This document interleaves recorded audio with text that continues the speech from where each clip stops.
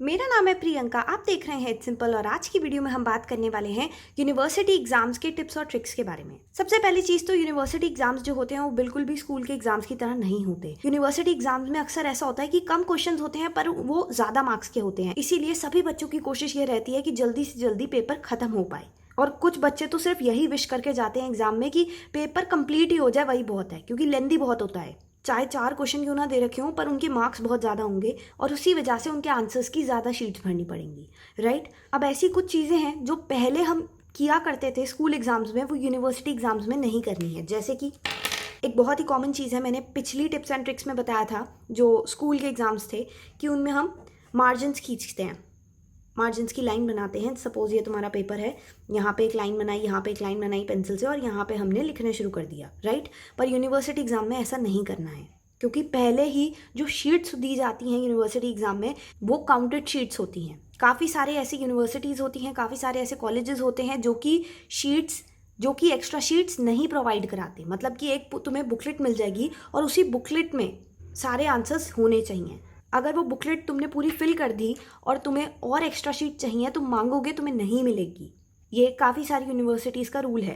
मैं ऐसा नहीं कह रही हूँ सभी का है, बट काफ़ी सारियों का है। एक्सेप्शंस आर ऑलवेज देयर, उनकी हम बात नहीं करेंगे, बट मेनली यूनिवर्सिटी एग्जाम के टाइम पे हम डेकोरेशन और इन सारी चीज़ों पे, मार्जिन्स के बारे में और छोटी मोटी टिप्स एंड ट्रिक्स के बारे में सोच सोच कर अपना समय बर्बाद नहीं करते। मेन एम यही होता है कि सबसे पहले हमारा पेपर कंप्लीट हो जाए समय के साथ साथ। उसके लिए एक चीज़ हमेशा याद रखना, एग्जामिनेशन हॉल में जल्दी पहुंच जाना, क्योंकि कभी कभार क्या होता है एग्जामिनर्स जो होते हैं जल्दी तुम्हें क्वेश्चन पेपर दे देते हैं टाइम से भी पहले। उससे फ़ायदा ये होता है कि हम पहले ही डिसाइड कर सकते हैं कि हमें कौन से क्वेश्चन करने हैं, राइट।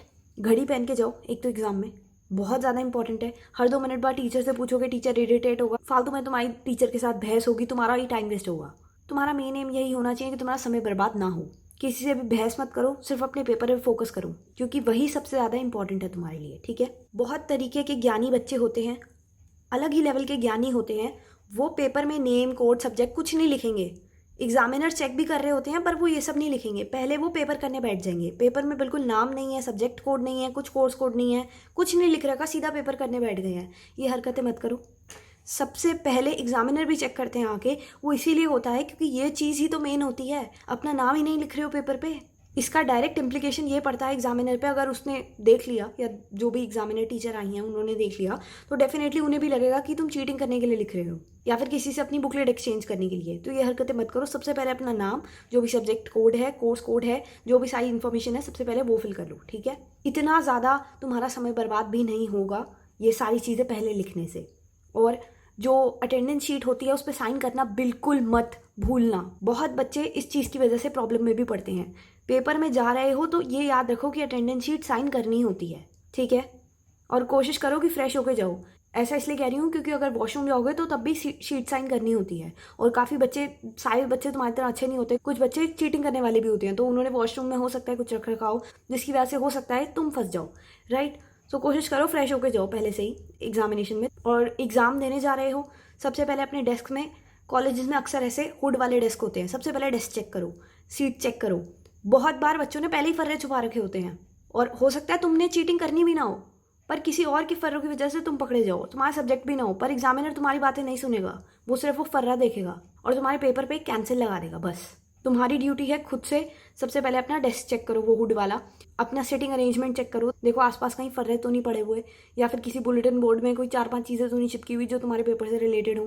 ये सारी चीज़ें तुम्हें ही चेक करनी होगी, ठीक है। और काफ़ी बच्चे तो ऐसे करते हैं, क्योंकि दूसरी क्लासेस में एग्जाम हो रहे होते हैं तो व्हाइट बोर्ड पे ही आंसर लिख देते हैं। भाई ऐसा बिल्कुल मत करना। अगर पूरी क्लास मिलके भी ऐसे हरकतें कर रही है तो भी तुम्हारे टीचर्स तुम्हारा पूरी क्लास का पेपर कैंसिल करा के री में करवा सकते हैं, इतनी उनके पास अथॉरिटी होती है। तो ओवर स्मार्ट बनने की ज़रूरत नहीं है, पढ़ के जाओ, क्योंकि री देना किसी को भी अच्छा नहीं लगता, री एग्ज़ाम। और एक तुम्हारी खुद के लिए, तुम्हारी खुद की सेल्फ इमेज के लिए भी अच्छा नहीं होता।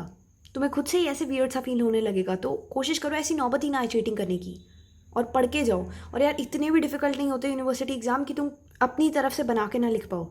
बहुत बच्चे हरकत करते हैं, छोड़ देते हैं, पहले जाना है कहीं और जाना है। आई अंडरस्टैंड, बहुत लोगों की जॉब होती है और पढ़ने का इतना टाइम नहीं मिलता काफ़ी बच्चों को, बट दैट डजेंट मीन कि आंसर को खाली छोड़ के आना है। कोशिश करो आंसर लिख के आओ, चाहे कुछ भी लिख के आओ, पर लिख के आओ। कभी कभार वो जो फ्लूक होता है ना, वो जो तुक्का होता है, वो भी काम आ जाता है। You never know, right. तो क्यों ना कभी कभार लक भी आजमा लिया जाए, ठीक है, तो इस वाले पार्ट में इतना ही, और कॉलेज के एग्ज़ाम्स के बारे में कुछ और बातें करेंगे नेक्स्ट पार्ट में, ठीक है, पार्ट 2 में। So all the best for exams, और नेक्स्ट वीडियो में मिलते हैं, तब तक के लिए गुड बाय।